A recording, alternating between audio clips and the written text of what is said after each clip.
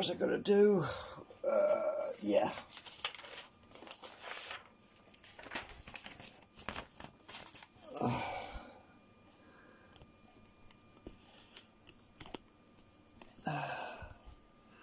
Right, so let's try and get this around here a bit. Camera stand is a bit, that's better. Okay. Right, hoping it's focused. So I've been doing a bit of thinking.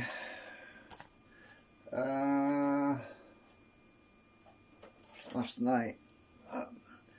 Now this is something I didn't really mention, but you know, when we apply our magnetic field, we can shunt these magnets along, as I've shown you before. Oops, put my finger in the way. Right, that's because of the way the magnets are arranged in the segments. Now remember that, I've talked about that before.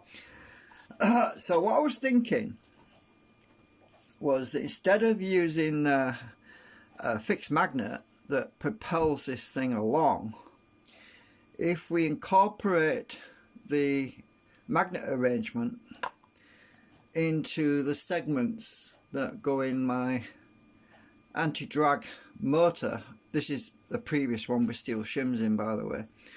Obviously this arrangement is not correct, because what I need to do is arrange the magnets that are in these segments into these segments, so that we actually have both power generation magnets, which are the ones at the end, which are this one at this end, because they're facing outwards or inwards, whichever way you want to look at it.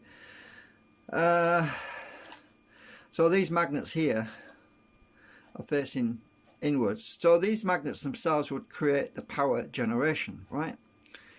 So to escape the drag situation, what we would do is have it, obviously, let me just draw this out. It'd be easy if I just draw this out. Right, let me just get rid of this in a minute. Right, I hope this pen works.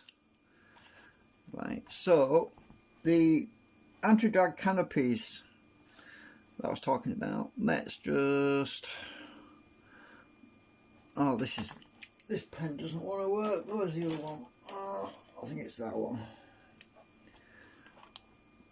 Right, so these are the canopy coils, and we have a series.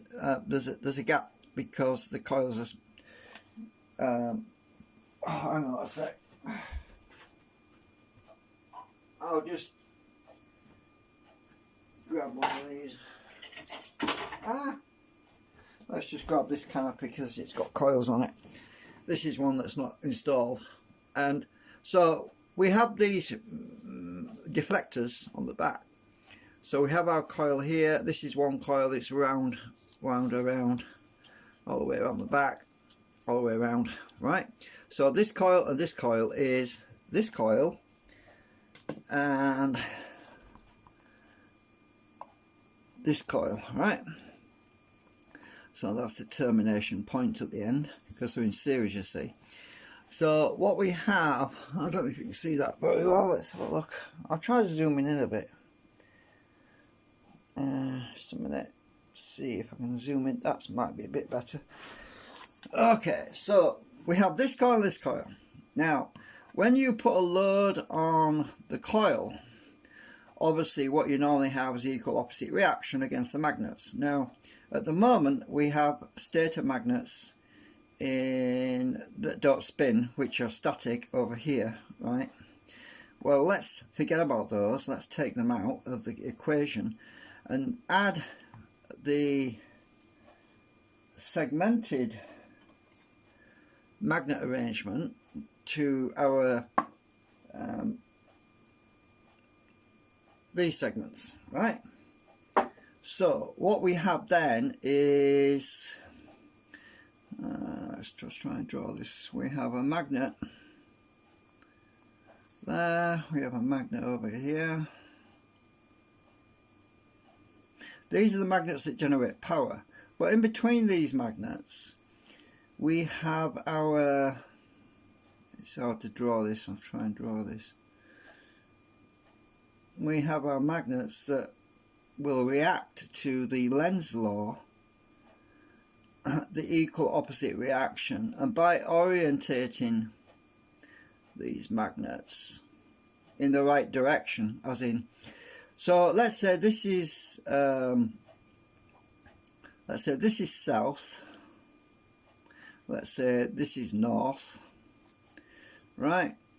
So these is influencing the power output on this coil when it's under load, and these magnets are arranged so that we have south, then north, then I can't get this in, can I? Then south, then north, then south, then no, I'll just put them in because these spaces here is where south and north meet together, you see.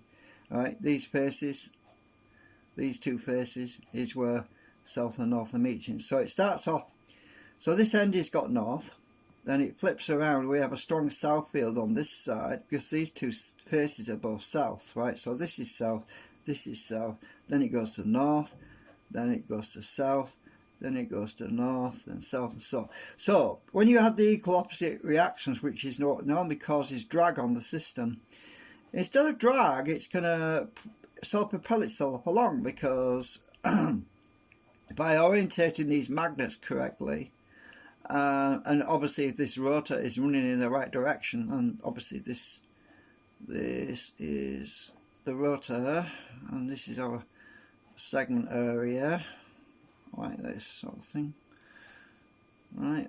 So then what will happen is that these magnets here are generating power, but the coil is energized and it's producing a magnetic field, an inverse field, and that field will interact with these other magnets as this magnet leaves. So as this magnet is moving, I haven't decided which direction this is going. Let's just say it's going in this direction, right?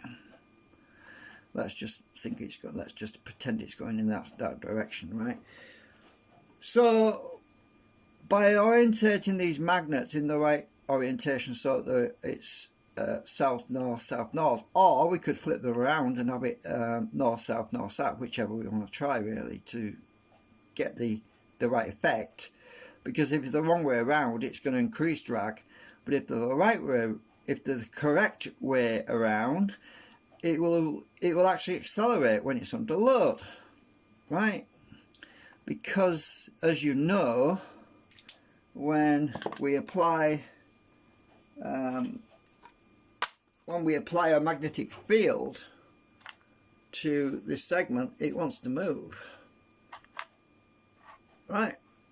So that, imagine this magnet is actually our lens effect, which is influencing the segment, the rotor. So if we get our magnets that are in between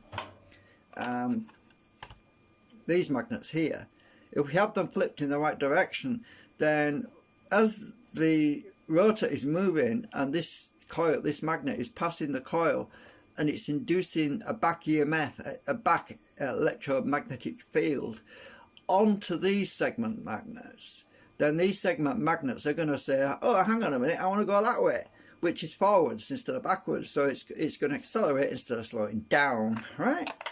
Yeah, well, you can see where I'm going with this. So instead of using static magnets, fixed magnets, instead of using fixed magnets to try and move this segment along, what we'll do is we'll use the lens effect itself, the actual equal opposite reactance force, to push this segment forwards to counteract for drag. So basically what that means is that when this coil is actually under load, it should actually make this thing go faster, right? So we're also going to be using the reflectors the Canopy reflectors on the backs of these coils, which are the nanocrystalline. So we have these reflectors which do pretty much the same thing, right? So these reflectors are basically these things on the back. So what that does is, as I said, it rotates the field around the axis as this thing's moving through. So as with these things, when they've got magnets on, they're actually, as they're moving through, the field is pivoted. It's actually pivoted like this sort of thing. So you get the idea. So we're going to benefit from the reflectors, and we're also going to benefit from these magnets that are in between the south and the north field.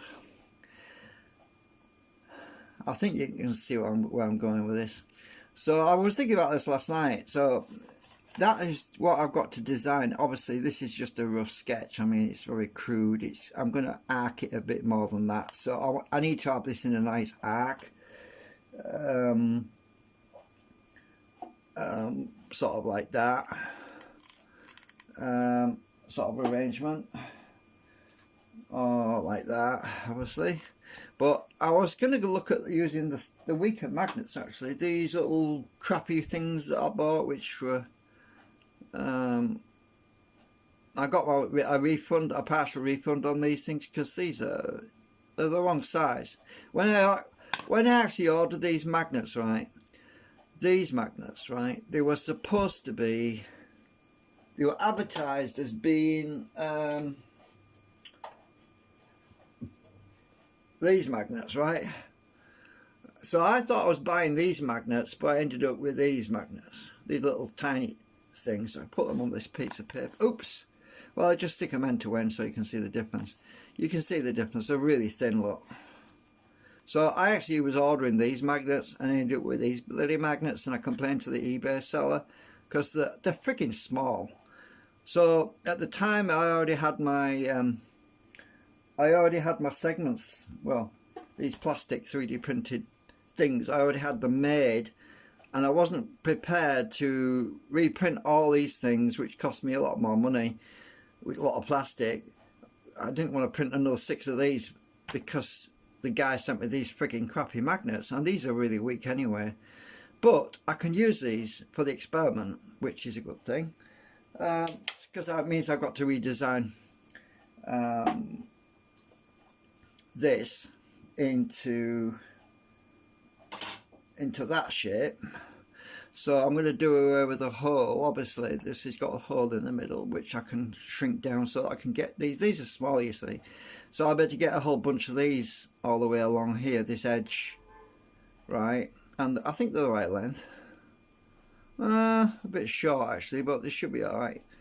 So they look a bit short. These are 25mm down, these are 20mm. So, but these are just steel shims that are in there right now. These things are not magnets, by the way. They're just steel, as you can see. Right. Oh, better test will be that. Don't pick it up, you see.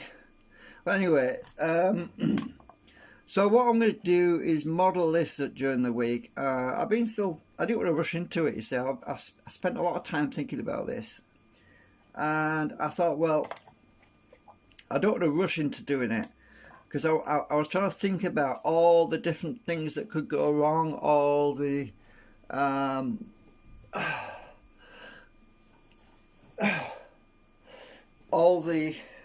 things that I might need to take into consideration, you know, with the entry point, exit points, you know.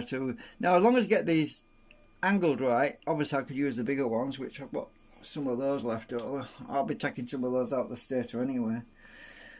So I could use the larger magnets on the end to give me more flux for the coil, and then have the thinner ones in between.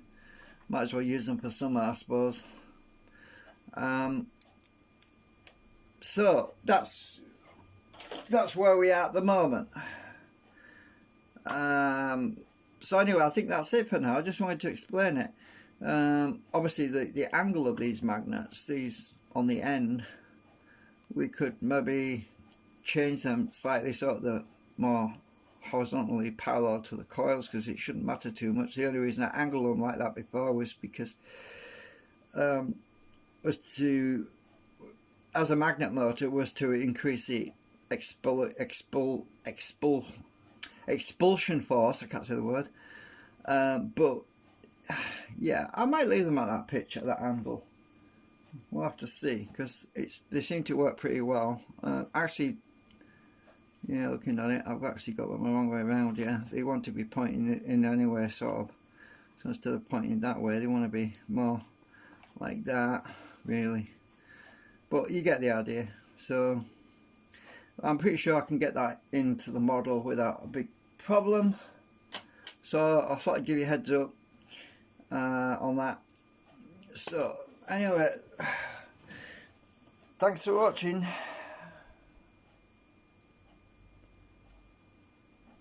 Oops.